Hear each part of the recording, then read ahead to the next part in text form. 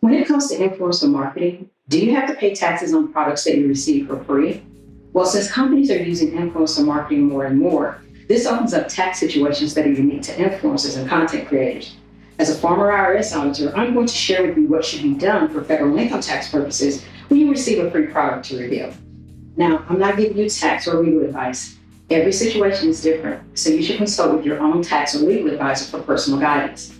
If you're a content creator engaging in influencer marketing, you might receive free products for sponsored posts or brand deals.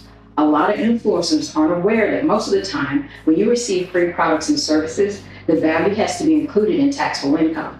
This applies to podcasts, videos, blogs, and any other type of social media. If you're ever audited, you can end up with an audit adjustment if you don't account for free products and services that you receive. First, are you a content creator with a signed contract? What needs to be included in taxable income is usually pretty straightforward when you have a contract. You just want to make sure that all the products and benefits that you will receive are included in the contract. Then you will report the fair market value of everything that you receive.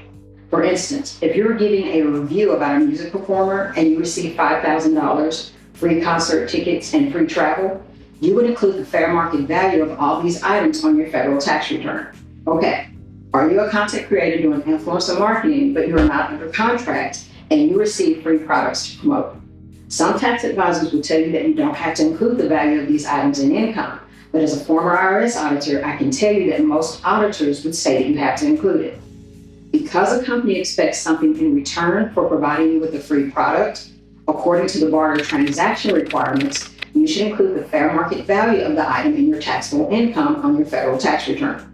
Since items are sent to you for promotional purposes, you basically have to treat items that you receive in the same way that famous stars treat gift bags that they receive at events.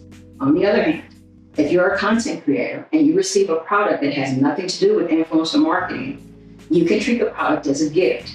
So if a company totally likes you and expects nothing in return, and you give nothing in return, then it's a gift.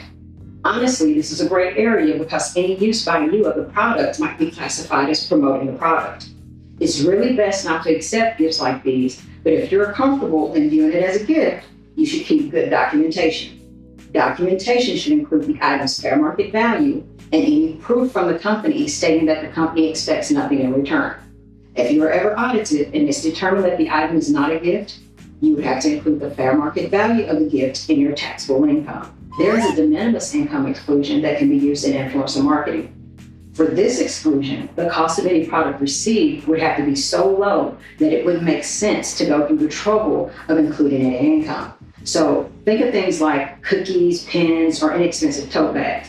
Now, if you keep getting cookies from the same company on a regular basis, for instance, you would have to include the value of all the cookies received during the year in your taxable income. If you buy a product yourself to use for influencer marketing and you get reimbursed by a company, you should make sure that the company follows the accountable plan procedures.